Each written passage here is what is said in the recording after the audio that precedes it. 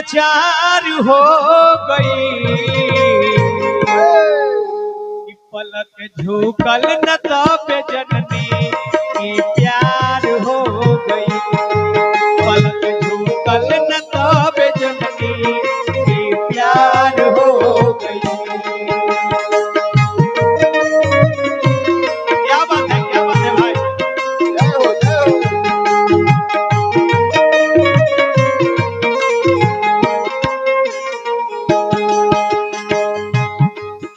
लइकवा देखिए एक गेट से लइकवा चाहता वो गेट से वो।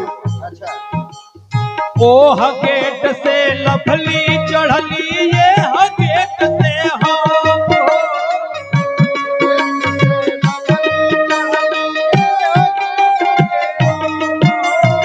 ओह गेट से लभली चढ़ली ये गेट से हम हो,